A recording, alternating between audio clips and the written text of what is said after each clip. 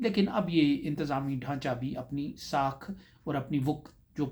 جو پہلے بھی بہت کم تھی اب کھو رہا ہے۔ اس طرح یہ کنفیوژن اب دور ہو گیا کہ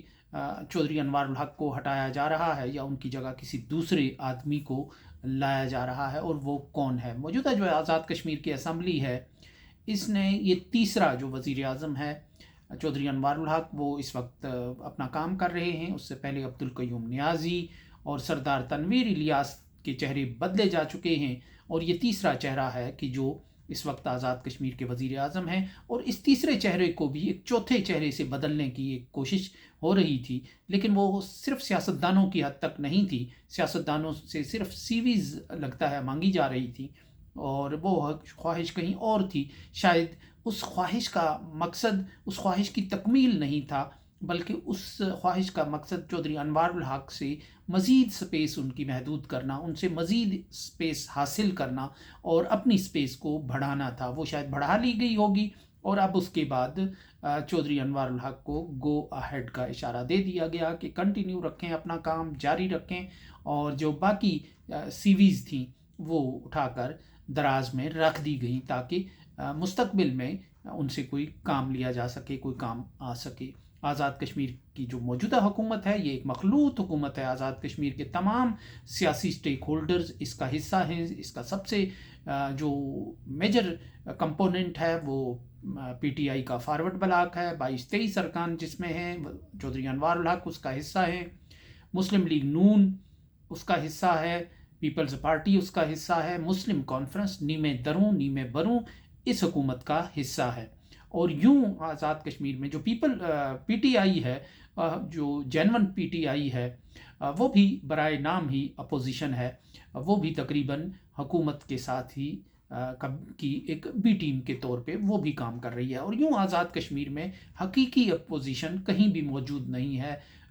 ون مین اپوزیشن بھی کہیں دکھائی نہیں دے رہی۔ یہ ایک مفاہمت کا، ایک ملی بھگت کا، اور ایک اتفاق رائے کا، اور جیو اور جینے دو کا ایک سسٹم ہے کہ جس نے یہ مخلوط حکومت کی ایک شکل اختیار کی ہے۔ اور یوں اس نظام نے یہ جہاں گھن کی طرح یعنی گھن کی طرح جہاں یہ ان سیاسی جماعتوں کی جڑوں کو کاٹ رہا ہے، کھا رہا ہے، وہیں یہ ان سیاسی جماعتوں کی کریڈیبلٹی بھی ختم کر رہا ہے، اور ان کے داخلی جو اتحاد ہے اس میں بھی دراڑیں ڈال رہا ہے۔ اس وقت حکومت کے اندر ہونے یا نہ ہونے پر دو جو بڑی جماعتیں روایتی ہیں،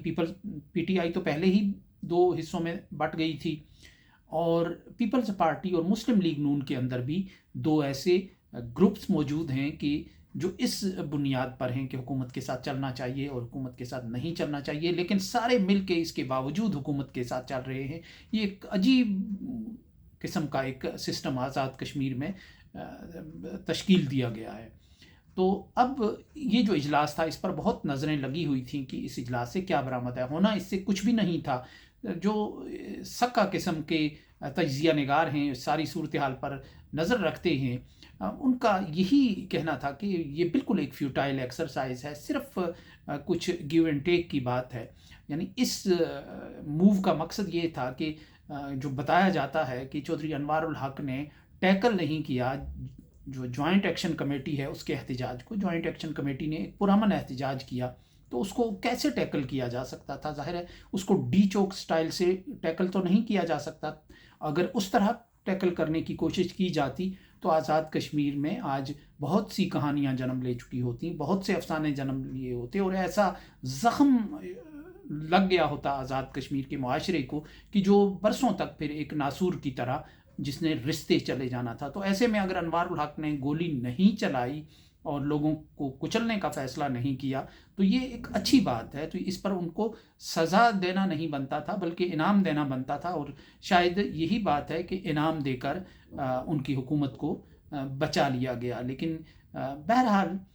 یہ آزاد کشمیر میں ایک جو سسٹم ایک تشکیل پایا ہے، یہ فی الحال اس کے لیے ایک اچھی خبر ہے کہ سب جیو اور جینے دو کے اصول کے تحت فی الحال حکومت کے کھونٹے کے ساتھ بندے رہیں گے، اور آزاد کشمیر کی سیاست اسی طرح چلتی رہے گی۔ آزاد کشمیر کے عوام ایک اور دنیا کی مخلوق رہیں گے، اور اس کی سیاست اور اس کی جو ریاست ہے وہ ایک اور دنیا کی اسی طرح باسی رہے گی، اور ایک خلیج ان دونوں کے درمیان موجود رہے گی، اور اس خلیج کے اندر پھر کیا پلتا ہے، اس خلیج کے اندر کون سی کہانیاں جنم لیتی ہیں اور آگے چل کر اس کا نتیجہ کیا نکلتا ہے، یہ آنے والا وقت ہی بتائے گا۔ اس کے ساتھ ہی اجازت دیجیے، اللہ نگہبان۔